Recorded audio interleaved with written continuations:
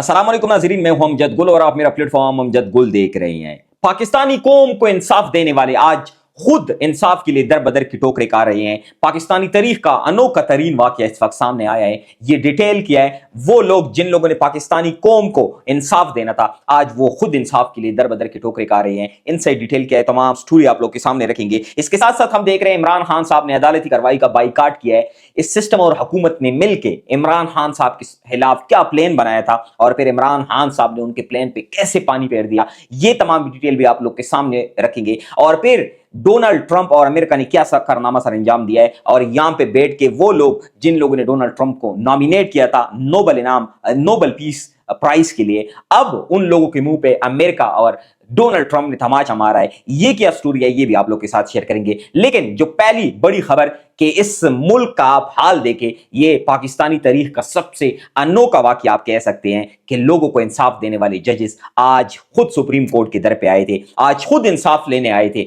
आज खुद उनको इंसाफ की जरूरत पड़ी और वो सुप्रीम कोर्ट पहुंचे थे कि जी हमें इंसाफ चाहिए। इस वक्त इस मुल्क के अदलिया का क्या हाल कर दिया गया है, आप लोग इससे अंदाजा लगा सकेंगे कि इस वक्त इस्लामाबाद हाई कोर्ट के 5 जजेस अपने लिए इंसाफ मांगने के लिए सुप्रीम कोर्ट पहुंच गए हैं। इस मुल्क का आप ये हाल देखें और फिर आप खुद सोच ले कि जिस मुल्क में जजेस को इंसाफ मुयसर ना हो, जिस मुल्क में जजेस अपने लिए दर बदर के ठोकरे खा रहे हो इंसाफ पाने के लिए, उस मुल्क के आम इंसान, आम लोगों के साथ क्या रवैया होगा, आम लोगों को इंसाफ कैसे मुयसर होगा, आप खुद ये अंदाजा लगा सकते हैं। लेकिन आप ये कह सकते हैं कि ये सिर्फ जजेस का केस नहीं है, ये इस वक्त इस निजाम का मातम है और आप कह सकते हैं जो इंसाफ को ताकतवर लोगों ने यरगमाल बनाया हुआ है, ये इस निजाम का मातम है जो इस वक्त हमारे सामने है। और आपको किसी भी मुल्क की तारीख में ऐसा वाकया नहीं मिलेगा कि जजेस अपने लिए इंसाफ मांग रहे हो। हम तो रोते हैं कि एक आम बंदे को इंसाफ नहीं मिलता, हमें तरह तरह के केसेस हमारे सामने आते हैं कि लोग रोते हैं कि हमारी जमा पूंजी खत्म हो जाती है लेकिन हमें इंसाफ नहीं मिलता।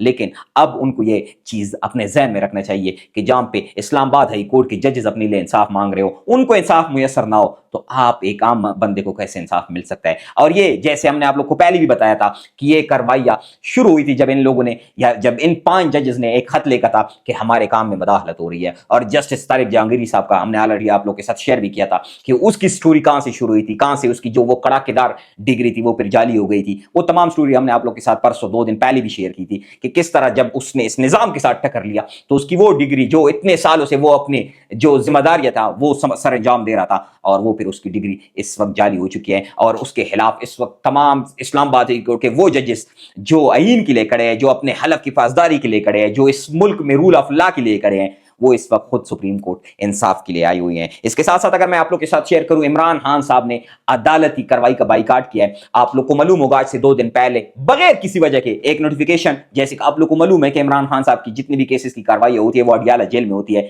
क्योंकि वो निजाम और इस हुकूमत को सूट करता है। लेकिन वो फिर बगैर किसी वजह के 2 दिन पहले एक नोटिफिकेशन आया और उस नोटिफिकेशन को, पहले वाले नोटिफिकेशन को मुअत्तल किया कि जी अब कार्रवाई होगी तो इंसदादी दहशतगर्दी की अदालत में होगी। और इमरान खान साहब को जाहिर सी बात है सिक्योरिटी इश्यूज के बना पे ये जिस तरह कह सकते हैं कि हम उनको वहां से अडियाला से नहीं लेके आ सकते, इस वजह से वो जी व्हाट्सएप कॉल पे वहां पे हाजिरी देगी। लेकिन इमरान खान साहब को इस निजाम और हुकूमत की आप कह सकते हैं कि जो एक प्लान है, जो इनकी एक स्ट्रेटजी है, उनकी समझ आ गई थी। इमरान खान साहब ने बाइकाट कर दिया कि जी मैं इधर आप लोग के कब्जे में हूं, आप लोगों ने मुझे कैद किया हुआ है, मैं एक ऐसे अदालत में कैसे पेश हो जाऊं जिस अदालत का आप लोग हैरान हो जाएंगे कि उस अदालत के लिए क्या क्या एसओपीज इन लोगों ने जो जारी किए थे कि आप वहां पे मोबाइल नहीं लेके जा सकते, आप उस अदालती कार्रवाई की ऑडियो वीडियो नहीं हासिल कर सकते। हालांकि कहीं भी अदालत में ये चीज नहीं हो सकती, लेकिन इमरान खान साहब के केसेस में ये एक अनोखा आप केस कह सकते हैं। और इमरान खान साहब ने बाइकाट कर दिया कि आप लोगों ने अगर सजा दिलवानी है, आप लोगों ने अगर केस चलानी है, आप बिल्कुल एक ओपन कोर्ट लगाए,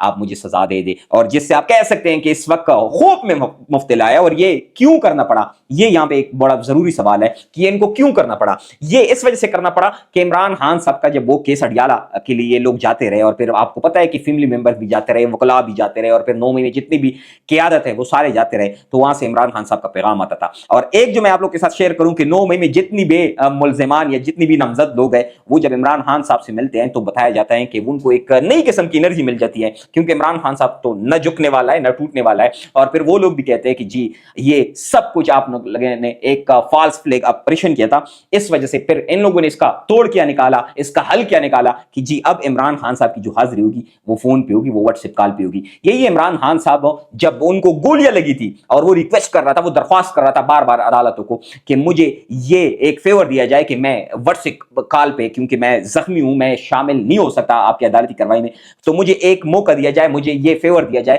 کہ میں واٹس ایپ کال پہ حاضری لگایا کروں. اس وقت عمران خان صاحب کو یہ سہولت میسر نہیں تھی. کیوں؟ کیونکہ اس وقت نظام کو وہ چیز سوٹ نہیں کر رہا تھا. آج عمران خان صاحب جب ان کے قید میں ہیں, عمران خان صاحب ان لوگوں نے قید کر کے اس کو دوبارہ بھی اس وقت یہ کہہ سکتے ہیں کہ ہمیں جی سیکیورٹی ایشوز ہے, ہم اس کو یہاں پہ لا نہیں سکتے. جہاں پہ بڑی بڑی باتیں ہو رہی 2 دن سے کہ جی اتنا بڑا دفاعی معاہدہ ہوا, وہاں پہ آپ ایک بندے کو عدالت میں پیش نہیں کر سکتے. اور باتیں ان کی آپ دیکھو, رانا ثناء اللہ صاحب کہہ رہے ہیں کہ جس کسی بھی مسلمان ملک کے خلاف کوئی جارحیت ہوگی تو جی اس کو جواب دیا جائے گا. اب رانا ثناء اللہ صاحب کو شاید معلوم نہیں ہے, یا وہ نیند میں سو رہے ہیں, اس کو یہ پتہ نہیں ہے کہ فلسطین میں اس وقت کیا ہو رہا ہے, یا ان کو یہ شاید پتہ نہیں ہے کہ فلسطین بھی ایک اسلامی ملک ہے, وہاں کے لوگوں کی نسل کشی ہو رہی ہے, اور آپ کہہ رہے ہیں کہ جب جرحیت ہوگی. اب یہ نہیں پتا کہ فلسطین میں جو ہو رہا ہے وہ جرحیت ہے یا نہیں ہے. اور پھر ڈونلڈ ٹرمپ اور امریکہ نے کیا کارنامہ سر انجام دیا ہے. وہ لوگ جن لوگوں نے ڈونلڈ ٹرمپ کو نامینیٹ کیا تھا کہ نوبل انعام اس کو ملنا چاہیے, یہ تو بالکل امن کا سفیر ہے. ڈونلڈ ٹرمپ کا نام ہی وہ امن ہے. آپ اب دیکھیں کہ ہمارے منہ پہ, ان لوگوں کے منہ پہ کیسے تماشا مارا گیا ہے کہ چھٹی بار